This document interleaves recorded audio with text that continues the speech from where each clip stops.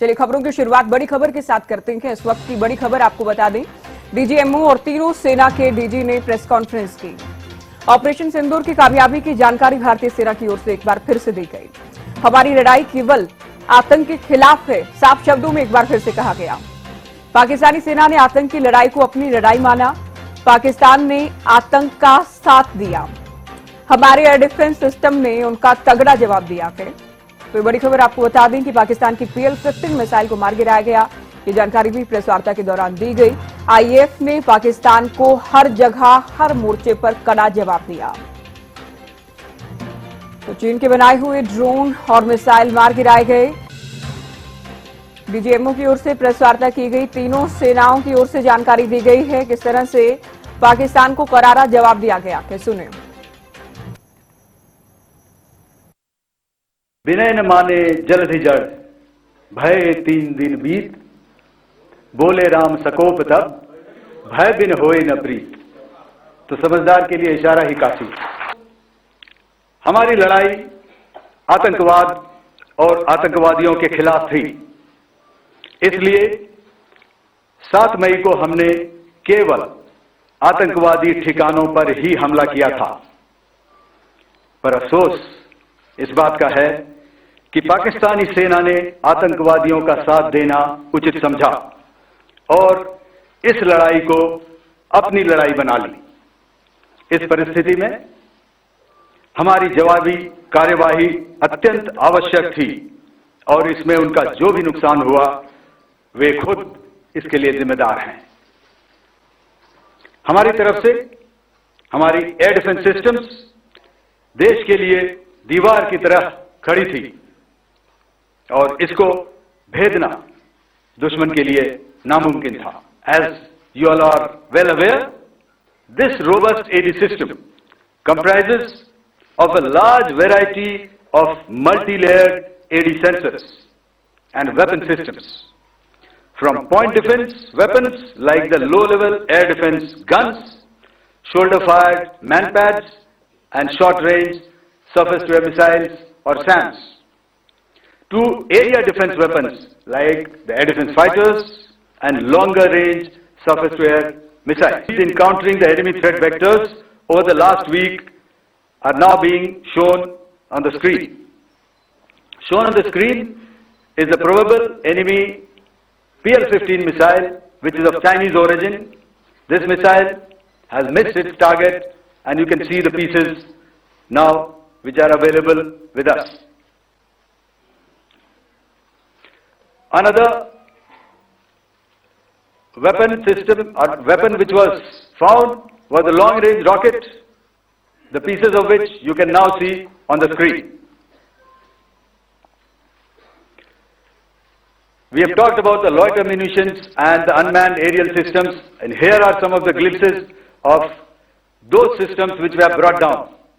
To your right, with the right undercarriage or the wheel, you can see is the Yeeha system, which is of Chinese origin with Pakistan.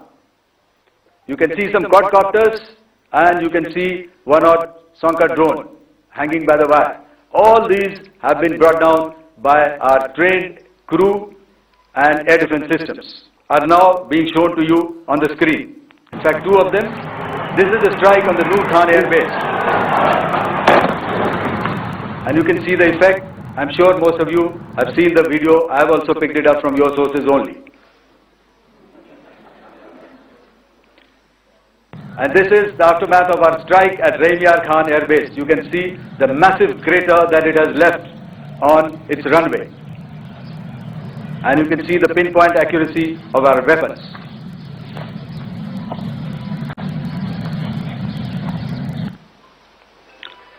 So with that, giving you an overview of how our air defense systems have thwarted the enemy drones, their fighter aircraft, their missiles, and resulted in minimal losses on our side. I would only end by saying and emphatically state that all our military bases, all our systems continue to remain fully operational and ready to undertake any future missions should the need so arise. यह मैं स्पष्ट शब्दों में कह देना चाहता हूं कि हमारी सभी मिलिट्री बेसेस और सारे इक्विपमेंट और सिस्टम्स ऑपरेशनल हैं और जरूरत पड़ने पर अपने अगले मिशन के लिए तैयार हैं और तत्पर भी हैं।